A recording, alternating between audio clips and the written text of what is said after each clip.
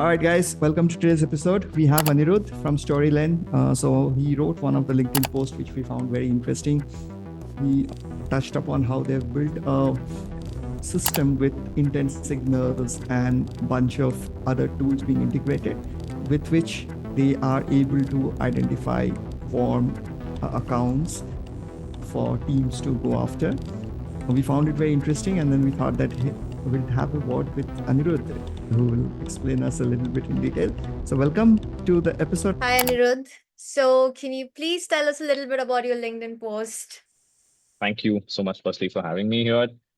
The post that I wrote down was a little bit about TM stack or the revenue stack that we are using out here at Storylane to collect all of the signals that we receive. Some of them very blatantly out there in our face, and some of them a little more, some of the more nuanced signals as well, and how we are converting all of these signals, getting them together in the same place, filtering these out, and then reaching out to the right kind of audience that we have gotten from these signals. So this is what the whole post was about. I wanted to throw a little bit of light on what stack we use because I was going through LinkedIn in the last couple of months at least. And you see a lot of GTM engineers actually talk about what are the quick 5 workflows you can set up with your signals, or what are the quick hacks to actually capturing signals and reaching out to a ton of people out there. And I wanted to take a step back and explain how you can actually set this up much easier.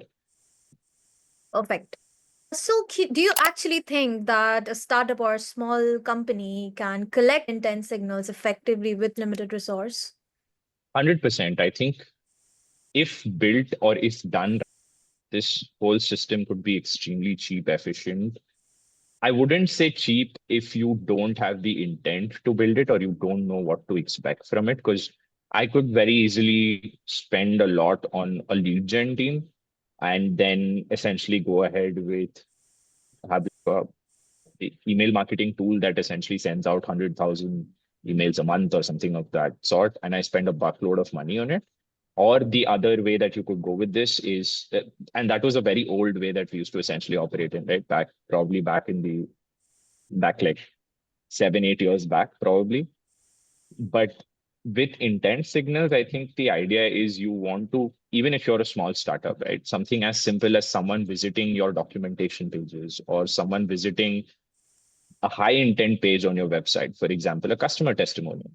These are good enough signals that you want to capture and stack up to eventually know when to target this particular user. And even if you are a startup or you're a very small organization with limited resources, this is probably the best way to make sure these prospects or anybody who interacts with your brand interacts with the right kind of resources and you're sending them the right nudges throughout the funnel. Definitely a small startup or even at like a high growth team could benefit a lot by setting up something as simple as this. So, can you walk us through a simple step by step workflow to process and refine outreach using like HubSpot, Clay, and Zapier? And if you could give us a concrete example of something like that.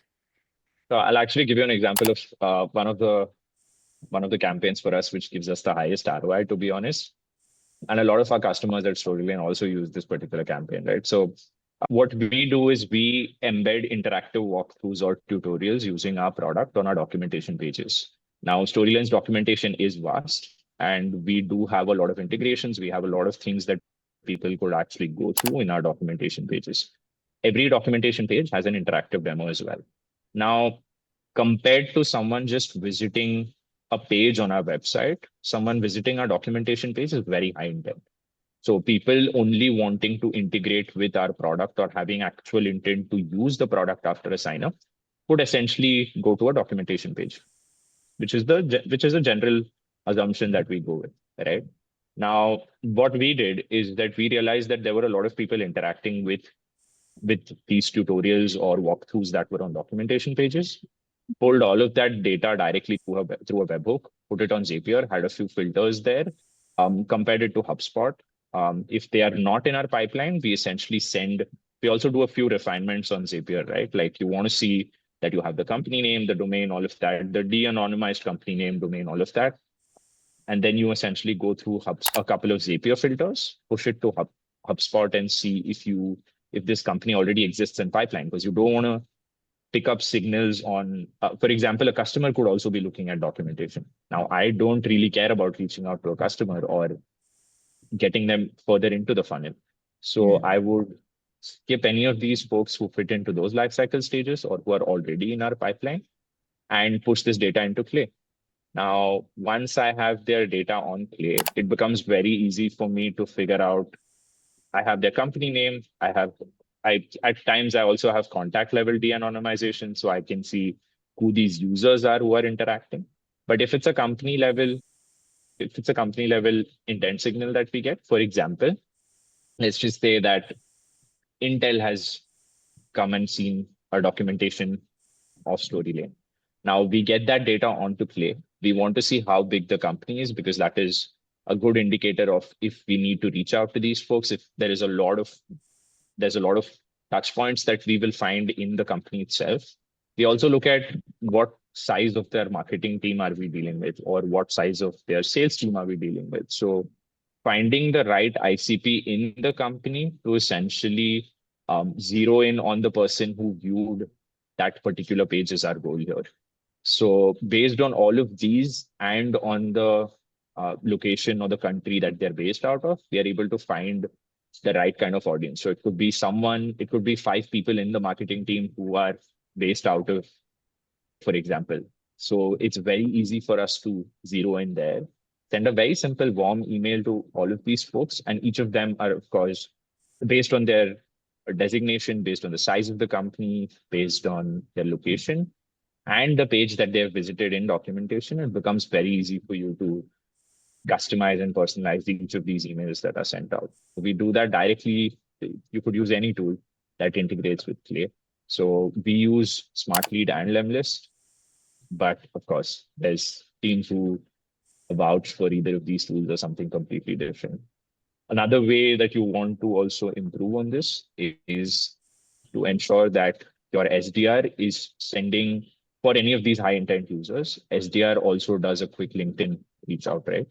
Now, we are a lean team, and I'm guessing most of the startups out there are too. So for these high intent leads that come to our documentation pages, only if a particular user opens their email or has multiple opens on their email, do we ensure that there is an automated sequence for connection requests to be sent on LinkedIn. One of the things that I'm realizing we're discussing a lot about the solution part. I want to touch upon a little bit about the fever. Like, to what point and what motivated you guys to think about this sort of solution where the traditional solutions were there? Because a lot of people still believe that old emailing people, cold calling, building list from Sales Navigator is still the way to go. So I think I want to first touch upon a little bit about what sort of motivated you guys, and somebody who is in this sort of place can also understand, okay, I'm there, I can also take this sort of solution to go ahead and implement. So give us a little bit about the motivation part, why you felt this sort of solution is needed. So we are a very brand heavy company. Storylane, if you've seen on LinkedIn as well, we rely heavily on our brand, and our marketing team does a fabulous job of getting a lot of these organic users, or even drive the right kind of audience onto our website. Now, what we realized is we had a lot of intent signals coming in, which means that there was a very large chunk of our users who sometimes fell into the right ICP, sometimes probably didn't, but there was a large amount of users who kept falling into these different pages that I keep talking about, right? Could be documentation, could be websites, could be G2, any of these. And we were just starting to build our entire SDR team. So it's been about a year and a half now since when the entire SDR team had come into play here. And we had tried a bunch of playbooks, right? So we tried the let's reach out in volume, let's cold email people, existing customers, let's look at who in the existing customers can we reach out to. We tried a bunch of these things. But what you eventually start realizing is if you want to play heavily on your brand and you want to focus heavily on these users who give you some sort of signals, then the best way to lean heavy onto it is to start catching these signals and then figure out if there is an actionable that is scalable that comes through it, right? we don't want to focus on reaching out to 100,000 new contacts every month. That's not the goal for us today. It's more about people that show some intent in interactive demos or in this space in general. We want to first target those folks, make sure that we nurture them, educate them about the product, get them into the pipeline, and then figure out if there is a whole different greenfield that is available. What do you think are the key elements of a successful LinkedIn or email outreach campaign based on the intent signal? I think multiple touch points. And so I'll also spend a minute or two on explaining how we look at email and LinkedIn right now. If you're a lean team, but there is a lot of growth opportunity that you're looking at in front of you, there is a high possibility that the size of your sales team, your SDR team is not very large, right? And in that case, you want to ensure that LinkedIn one-on-one reach outs are specific, or are you want to save those up for the high intent leads, people who have probably seen G2, who have seen documentation pages, who have interacted with multiple brand assets. All of these folks you want to focus when it comes to LinkedIn one-on-one reach outs, right? But when it comes to email, you have a little bit more flexibility in that way, because you can send out a lot more of these. You can play around a lot more with emails. There's multiple emails which you could send out, right? But so in that way, I think we have separated and segregated these into ways where certain campaigns only focus on email outreach, certain only focus on LinkedIn outreach, and there are certain that focus on both. So a very simple example would be a website visitor is never going to get a LinkedIn request on day one. So if someone visits our website, no matter how high intent they are, a visitor does not really mean as much to us. And I'm talking about someone who's probably not booked a demo, who's not downloaded a case study, or has not really signed up looking for an interactive demo either, right? So in that case, for a website visitor, we're never going to look at LinkedIn outreach. We're only going to look at getting them into the funnel somehow through emails that we send out. And if they don't respond in a couple of emails, we target someone else in the same company or the team. We have around 16 odd variables that we look at, right?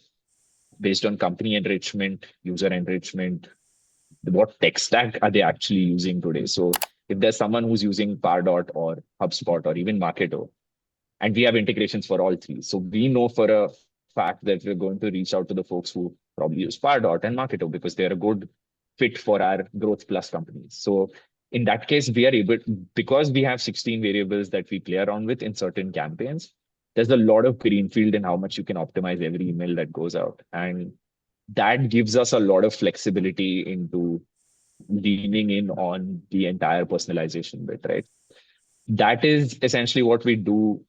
I wouldn't say to stand out, because I think a lot of folks are doing it, but because we are only targeting folks who have interacted with our brand multiple times through these signals that we collect, we ensure that they receive the right kind of email at the right kind of time.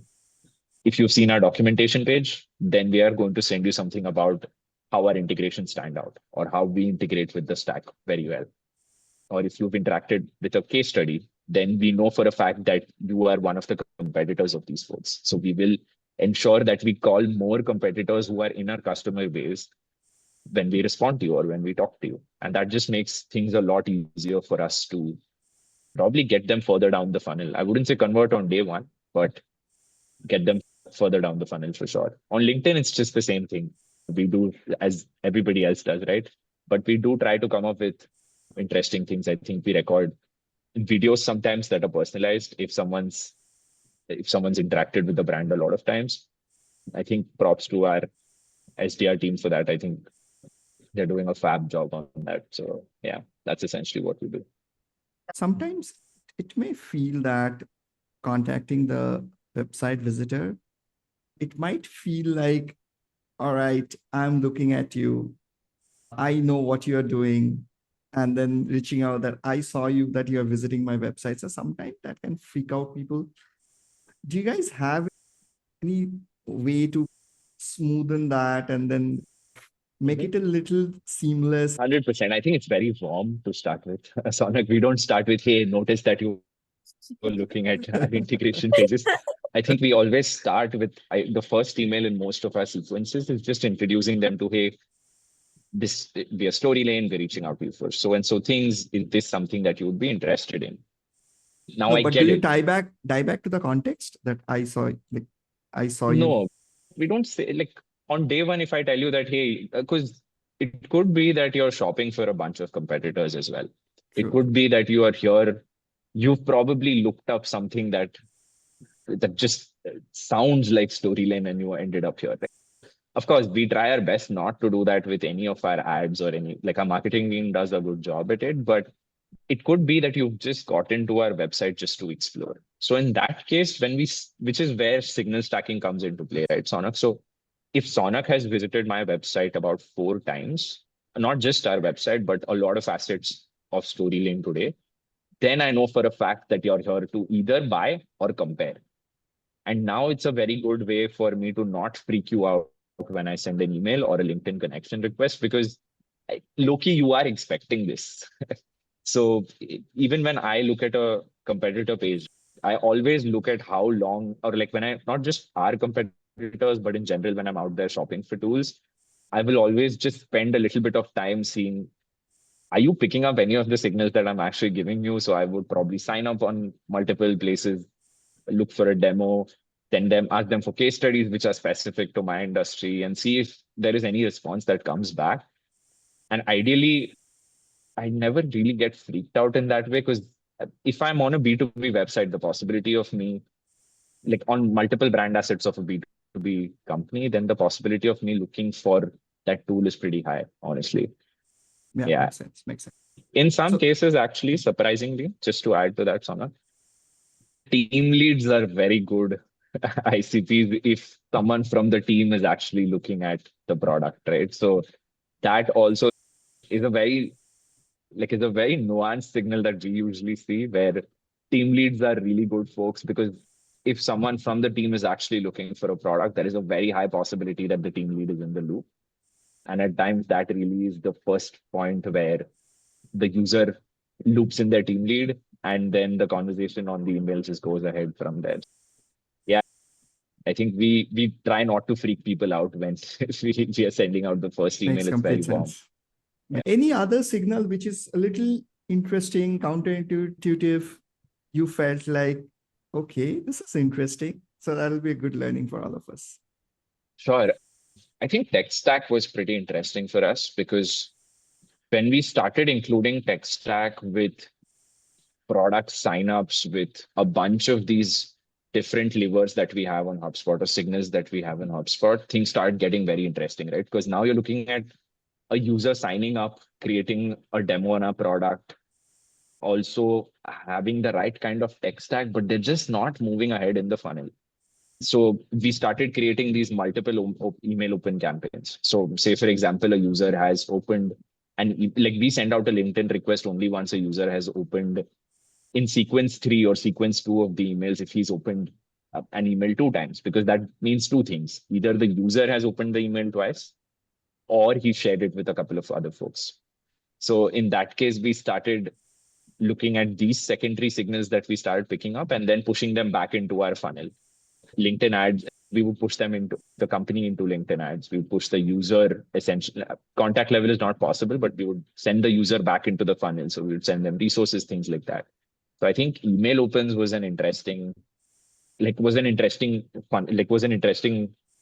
intent signal that we picked up, which we never thought would really result in a lot of results, but just sending them back into a new type of funnel really helps a lot. How do you measure success of these campaigns?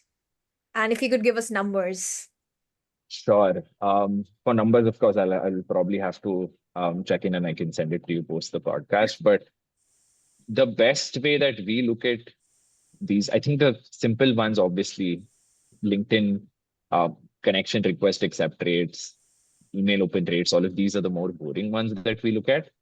But because we use interactive demos in all of our outbound emails, at least the ones that have high intent, the rates have been pretty great, to be honest. But direct attribution of these outbound campaigns that we do, or these reach out campaigns that we do, have been growing pretty well for us. So that is ideally what we look at. If there is a user or a prospect who has signed up for a demo today, and if any of the campaigns that we just marked, right, if they've gotten any of the, if they've been in touch or in the funnel for any of these campaigns, that a small part of it can be attributed to that particular campaign.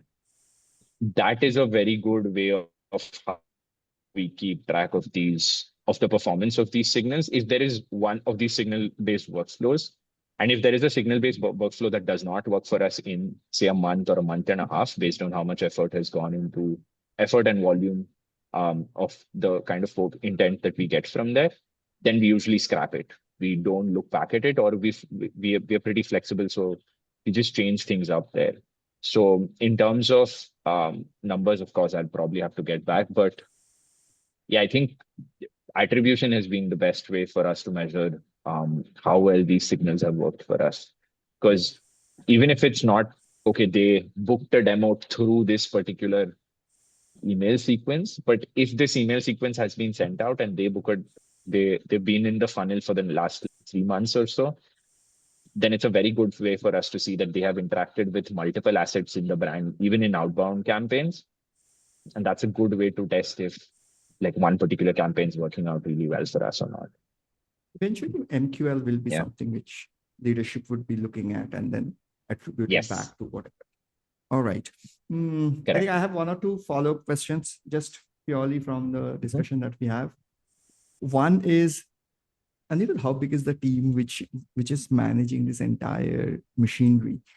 Barring the SDR, barring the guys who are running the LinkedIn campaign and so on, just the team that is supporting this entire infrastructure and managing so many things.